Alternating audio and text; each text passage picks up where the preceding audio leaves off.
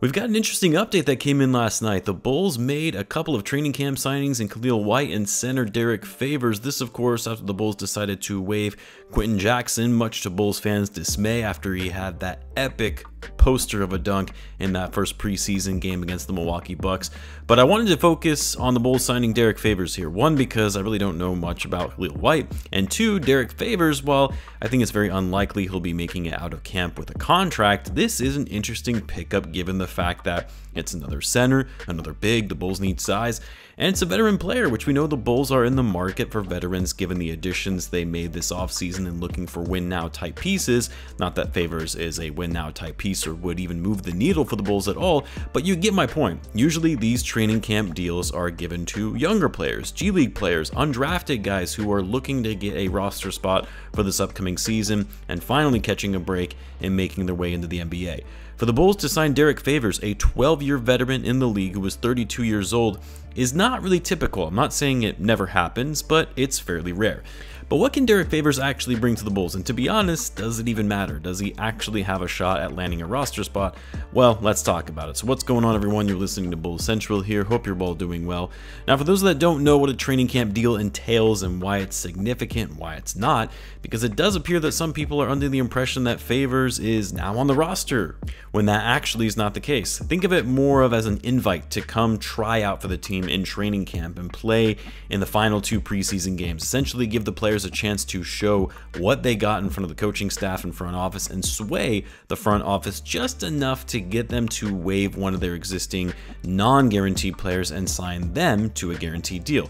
Now for the Bulls, as they currently stand, they have a full roster, full 15-man roster, including their 3 two-way contracts. So if they were wanting to sign another player, they would have to waive someone currently on the team. And for the Bulls, all of the guys on their roster are all fully guaranteed contracts for this upcoming season, with the exception of one player, and that's Carlik Jones. Carlik Jones, who the Bulls did sign to a non-guaranteed deal after he took home the G League MVP, will be making around $2 million this season if the Bulls decide to fully guarantee his contract, which they would need to do or make a decision on before the start of the season. So for the Bulls to even sign Derrick Favors, they would need to waive Carlik Jones, because I can't see them waiving any other of the guaranteed roster spots and just eat that salary to bring in a guy like Derrick Favors. That's just not happening. Now for those that don't know, Derrick Favors was actually a pretty hype prospect coming into the league. People forgot that he was the #1 overall recruit coming out of high school in 2009.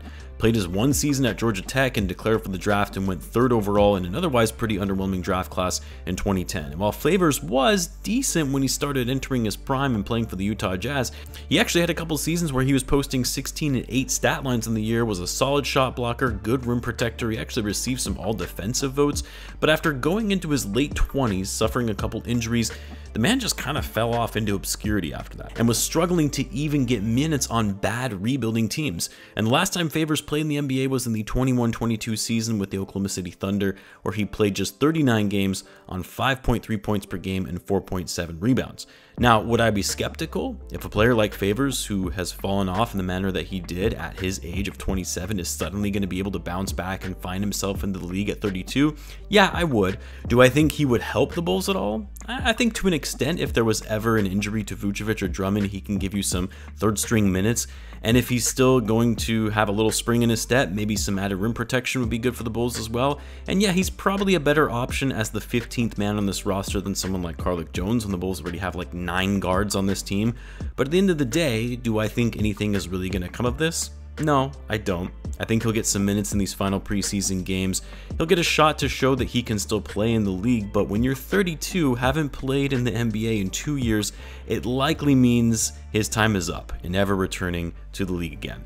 Might be able to get a contract playing overseas, maybe spend a little time in the G League, but I can't see Derrick Favors landing a roster spot on the Bulls or any team for that matter. It's kind of like another DeMarcus Cousins situation where if you find yourself out of the league in your early 30s and declining rapidly due to injuries in your prime, very hard to make your way back into the NBA. That is so ripe with talent across the board.